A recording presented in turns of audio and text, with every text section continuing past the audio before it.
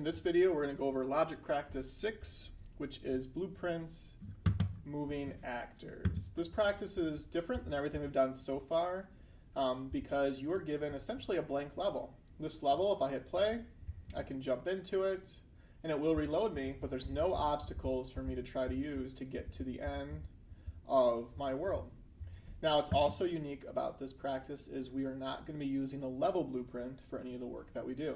Everything will be done in our blueprint actors. So to get started, I'm going to open up my content drawer.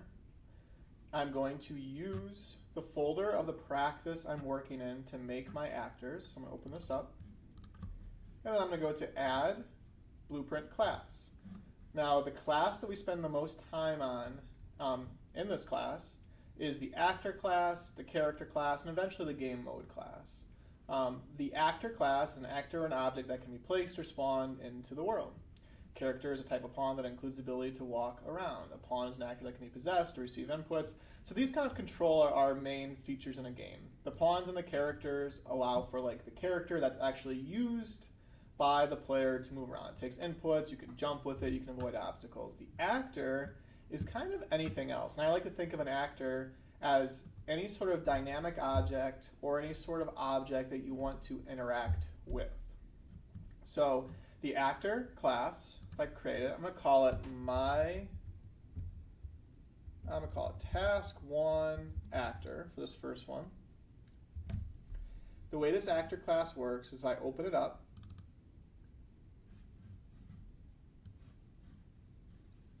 what I can do is I have 3 different tabs. The first tab is the viewports. This allows me to control the visuals and different components of this actor. I have a construction script, which is kind of like our event graph of things that can run kind of like before anything else in my program. That's one way to think of it. And then there's the event graph. And the event graph is what we're pretty familiar with so far.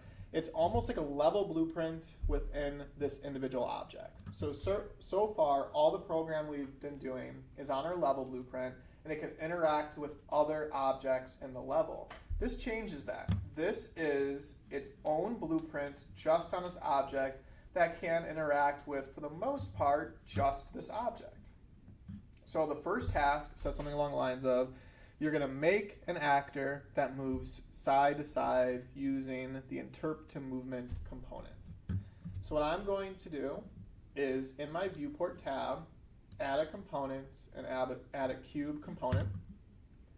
I'm going to give it kind of like a platformy looking scale over here.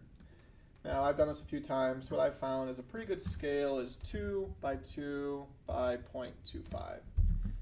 Now what I should do is after I make an object, I should bring it into my world by dragging it from my content drawer just to kind of see what it looks like, right? Is this too big of a platform? Is it too tall of a platform? How does this platform look in my world? Because that way I can make some changes before I go too far. You know, that's kind of the idea of test early and test often when you're designing. Once I have this in here, I'm going to give it a different color. There's a bunch of colors built into here. Oh, we'll pick this one, sure. I think we have some like greens and reds too. A bunch of different colors. Let's see. I think there's a red in here. All sorts of colors. Cool. Let's leave this one on here. This looks pretty good. I'll hit compile. Perfect. That updates in here. And that's a good example of this actor in my world is based off of the settings within this actor. So if I did change it to something else right here, like this green, I compile it, I go back in, that actor's now green. Really useful if you have an object that you're going to use many times throughout your world and throughout your level that you end up making a change to. You only have to change it once. That's kind of like the visual benefits of a blueprint actor. Now the like mechanic benefits is I can start to use whether it's my event graph or components to control how this object moves. So I'm going to, for my components tab, hit add. I'm going to search for the word interp. And what I can do is use this interp to movement, you can see the definition right here, to move an object across multiple points. So from right here, I can go to my control section and add a control point. This first control point is 0, 0, 0, and that's telling me where my object is going to start. Almost always you're going to have your first control point be 0, 0, 0 because you want your object to start wherever you placed it, which for me would be right here. I want to start right here. Then I'm going to add a second control point, and this is going to control where it moves to. So if I look at my axes right here, X is this way, Y is this way, and Z is up and down. So I'm going to move it over my X axis, and I'm going to pick a value. Let's say like we'll move it 200. I can simulate up here and see that my object is, I said the wrong axis right there, perfect, so we'll change this, 200, perfect. You can see that it's moving side to side right there, and what it does is it scoots and it stops. Now if I go back to my level, I can hit play and see how that works. Not too bad, it slides over there, perfect. Now for me, when I think this obstacle, I think it's kind of starting at the end over here and sliding all the way across. This only gets me about a third of the way, so I'm going to bump it up to about 600 right here. We'll see what that looks like. And again, there's not like a perfect, just like, I know every value. You're going to have to make things and test it. I'm pretty okay with that. I might scoot this a little bit here, have it start there, have it go to there. So it never completely leaves the frame. It's always kind of there for the player to see. Now, on top of the control points, there's this duration. If I make this number smaller, it means it's going to move from 0 to 600 over a half a second, which will be faster. Right, if I make this really small, it's going to zip right across there. You can barely even see it. And the opposite of that would be if I make it a large number, it's going to move very slow, so 10 seconds over that value. Once again, this is relative to how much you're moving, and you're going to have to find some values that work for you and what you're trying to achieve in your game. Now this actor right here slides across and stops. I kind of like that speed, but eventually we want it to come back. So we go back to our interp to movement and its details. Underneath the control points, we have our behavior. And we can have the behavior type be something like one-shot reverse. So it goes back once and then stops. Not bad. Loop reset, this will loop over and over again, and once it gets to the end, it goes back to the beginning. Not going to help us for this example. And then there's the very useful ping pong. And what this will do is it'll go back and forth forever. If I bring this back into my game, I'm liking the way this looks right now, so I can actually start to test it. I jump on it. I think that's a pretty good speed for me to be able to jump to the next platform. Now, one thing I don't really like about this is that kind of slides me behind the wall right there. So what I might want to do is slide this a little bit farther away and actually kind of create an obstacle that my player has to jump on right away. And again, this is sliding to my wall right there, so I might make it a little bit less than 600 in the future. But that's pretty good for the first one. Now the second one says, create a blueprint actor that moves vertically up and down. This is going to start the same way. I'm going to go to my content drawer. I'm going to go to add, blueprint class, actor, task 2, actor. Do a little save all right there. Open it up. I'm going to add my cube. Give it a better scale. And change the material to be something a little bit different. We'll go that red this time. Perfect. I'm going to add my interp to movement. Go a little faster this time. And this time, I know I need 2 control points. So I'm going to go control point, control point. Now I'm going to look at that first one. I'm just going to change my second one to a Z value of something larger. I can simulate to see what it does. Not too bad. I'm going to ping pong it. Now, I just did a lot right now without testing. You don't want to go too far without testing, but I can bring this into here now. Try to bring it into my world someplace. You know, really a better place for me to test. I kind of just sort of lay out a little bit of a level right there. I can see it going up and down. But when you make something new, easiest way to test it is just to put it right in front of you, right? I can just put it right here, jump into my game, and see what it's like to kind of ride this platform. That's okay. That might be like a little fast for me going up and down. I might want to lower that speed by increasing my duration right there. And a lot of that just comes into whether it's trial and error, guessing and checking, but definitely testing your project. So that slows it down a little bit, which I think actually makes a pretty good platform for me to try to jump into. Perfect. And again, I don't want it to be too fast where the character feels like they're out of control, but I want it to be something where it is a little bit of a challenge for me to land on that platform. Perfect. On the next one, create a blueprint actor that rotates over the z-axis. We're going to my content drawer, add new, blueprint class, actor, task 3 actor. Lots of the same going on over here. Eventually we'll talk about ways to make this go faster. We got our cube, 2, 2.25. That's what happens when I go faster. Make some mistakes. Perfect. We can catch them though. We'll try to pick a new color over here. I think we have some like purple in here. Yep, purple. Cool. So we got this purple color. All right. Now the rotating movement is even easier. We go to add components. The key word to find these different types of movements is movement. So I can search for movement and actually see it. But within your assignment, it tells you rotating movement is what we want to use. Rotating movements, again, super easy because it starts out working. By default, it gives you a rotation of 180 over the z-axis. I could increase this value to make it faster, or I could decrease it to make it slower. Now, this is a good example of this could be a platform that I jump on in my world. So I'm going to be a little better this time and actually put it right in front of me and test it out. So I can actually just jump on this and see how it's working. That's pretty good. That kind of makes it so I can still try my jump. If you start to increase the speed too much,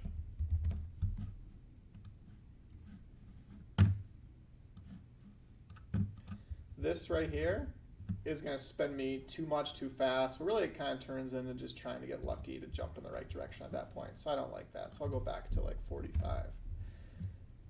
Other things you could do within here, sometimes you want it to be more of like some sort of, obstacle you're trying to avoid. You could have it spin over a different axis. You have it spin over multiple of them if you really wanted to.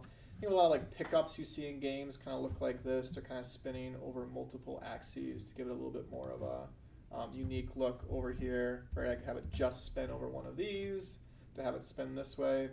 Some games will have a platform that you kind of try to jump on this way for your world. It's going to be pretty tricky in our world because our character does not have a lot of walkable angle that they could go up. So it'd pretty much have to be like I jump and I almost jump immediately, which you can already see is pretty challenging. Nope. Cool. So for us, we're really going to live within that z-axis for this. Now, other things I could do is I could play around with like the pivot translation. So this will change where this object is pivoting around. So I could change like the X pivot, we'll say right here. And now it's rotating 200 off the center. Now that'll give a completely different effect to this obstacle in my world. It kind of pivots away and then comes back in for my character. And again, what the goal of all this is to give you some flexibility. When you do want to make something, you have some options. Regardless, this is what task 3 should look like. All right, on to task number 4. Task 4, add one more time, blueprint class, actor, task 4, actor. I'm going to add my cube, 2.25. Give it a little more color. A blue, perfect. This one is going to say that when we jump on it, initiates a movement. So it's sitting there not doing anything, and then when we jump on it, it's going to start moving that object. So what I'm going to do is interp to movement, because we want it to be side to side. Add some control points. I'm going to give it some X of, I think we used 600 last time. Let's use that again. I'm going to ping pong it. But the big difference for this one is I don't want it to be playing when my game starts. What I want is it to sit there and do nothing until my character jumps on. Let's give myself a little space right here. So right now, this is basically the first one over and over again, just going a little bit too fast. So what I want to do, I'm going to slow it down, I want to change its activation towards the bottom from auto-activate to be unchecked. And what this will do is create this obstacle that in my game, it just sits there. Now what I want to do is when I jump on it, allow it to take off. So what I will do is go to my event graph. I am going to create an event based off of hitting this cube. And what I am going to do is drag my interp to movement in to reference it and then type in activate. And this will activate this interp to movement when checked as true right there. Not too much going on in terms of nodes, but definitely it's referencing this object, and it's re-enabling that activation that we just turned off. So this one, when I jump onto it, takes off. Perfect. All right, next task, pretty similar. Now this one, I'm gonna work a little bit faster this time. What I'm going to do is it's asking me when I jump on it, it's going to move me up and down. So what I'm going to do, rather than remaking this, I'm actually going to duplicate this one, and I'm going to call it task 5 actor. I'm going to open it up. I am going to change its color to something, I think we got like a pink in here maybe, perfect. And rather than it being over the x-axis, I'm going to change the control points here to just be the z-axis. We'll go 500 because why not? This one is already set right here to not be activated. So I don't have to worry about unchecking that. I'm going to leave it as unchecked. And the other good news is this one's already set up in here too, right? I could, if I was having problems, work through the steps of add events, component hits, interp to movement, and do activate right here. Perfect, perfect, true. And this will create, let's get rid of this one for right now, a platform that doesn't do anything until I jump on it. Now it goes up and down forever. Now that's all of the programming tasks for this level. The next thing we'll ask you to do is actually design a level using these platforms. What I like to do is I like to kind of take this last one right here, and I'm going to say as long as you can get to this one, what it's going to let you do is basically jump to the end over there. This blue one's going to do a nice job of taking you to the end over there, so I'm going to take that just like that.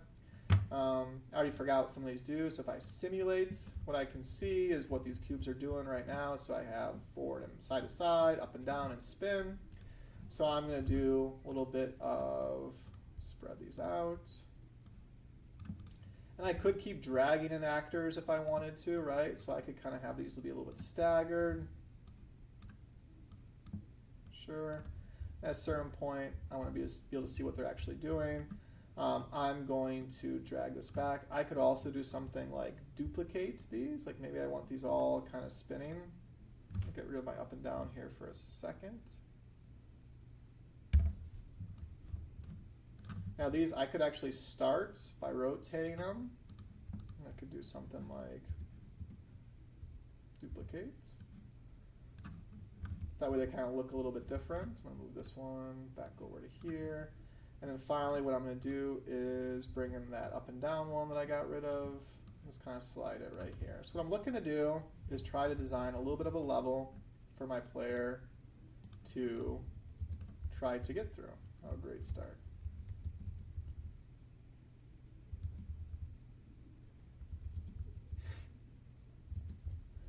Now the good news is these aren't too bad. These might actually be a little bit faster. Oh, great. So the good news is what I could do is I could try to get to the end, or as we looked at a little bit before, I could always do from camera location, hit play, and then test it right from there. So that's going to slide that one. It's a little bit more of a challenge than I thought it would be. One more time. Not showing off my gaming skills right here. Hit play. It works. Takes me to the top for a nice clear ending, right? Beat it the first time. So that would be how you could use all those blueprint actors to not just complete the practice, but also design a little bit of a level. Let's try one more time, see if we can beat it from the beginning.